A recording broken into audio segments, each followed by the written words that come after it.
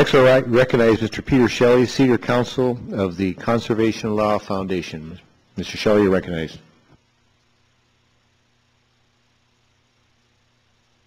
As a senior attorney with the New England's Conservation Law Foundation, the oldest regional conservation law organization in the country.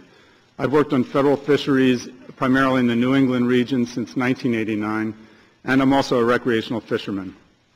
Mr. Chair, next to my computer at work, I have a Post-it note with 3 numbers on it. $31 billion, which is the increased revenue we could have in fishing sales, 500,000, which is the number of new jobs we could have, and $2.2 billion, which is the increased revenue that could be going to this country's fishermen, their families, and their communities.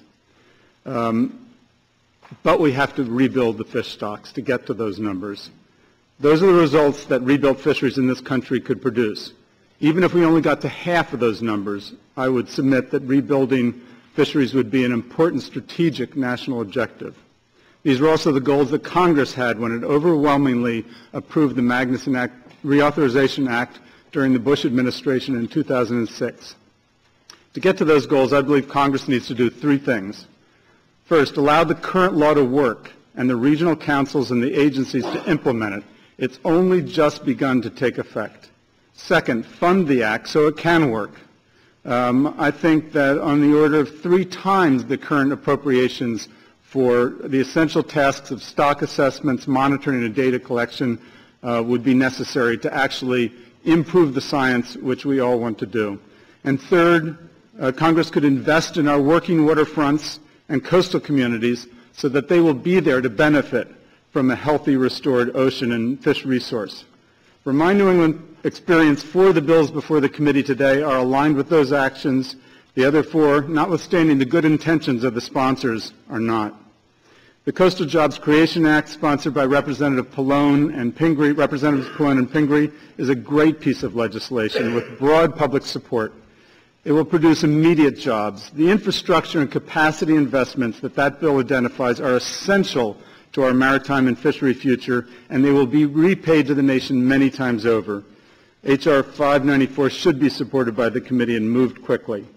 Representative Frank's Asset Forfeiture Fund bill and Representative Keating's Strengthened Fisheries bill also have merits. These 2 bills are the only ones before the committee today that make any effort to identify funding streams for the fisheries science and data collection that is critically needed in the region. Representative Jones' transparency bill also has merit. In my opinion, the other 4 major bills, 1646, 2304, 2772, and 3061, would move this country farther from our common objectives. Without exception, I believe they impose new costs and mandates for only marginal benefits and without new funding. They create more business uncertainty and volatility. They require substantial new regulations and guidelines. They will cause more procedural delay in the management process. They seem to mandate that the councils take higher risks, even though the councils might deem those inadvisable. And they eliminate one of the only market-driven and deregulatory tools in the management toolbox, the limited access privilege programs. And by providing the least protection to the weakest fish populations, these 4 bills would increase the probabilities of future stock failures and job losses. The New England ground fishing season has just stopped in April 2001. It was the first one where a management plan that fully reflected the Reauthorization Act was in place. The results from that should be known. The net profits to the small business fleet owners that year have been reported to be increased by $10.8 million. That's a net. This is a year when the quotas were significantly decreased, the council started an entirely new management program, and the diesel prices went up 30%. If the New England Council had not shifted to the sector catch share program, the economic estimates are that that small business fleet would have lost $15 million. There's a letter that I've submitted in my testimony where 109 of the traditional fishing captains in our region have said that they want to retain the current catch share program and the management regime. By my count, these folks have seen rule changes on the average every 4 months from March 94 to May 2010. They think that's enough, and I agree. And they think the Magnuson Act can work, and I agree with that also. The four bills don't address any of their concerns in the letter. Despite the heated rhetoric that's often there, it's clear to me that more New England fishermen are starting to have some hope based on the success of the sector's program. What these fishermen say they need now is regulatory stability so they can continue to grow their businesses.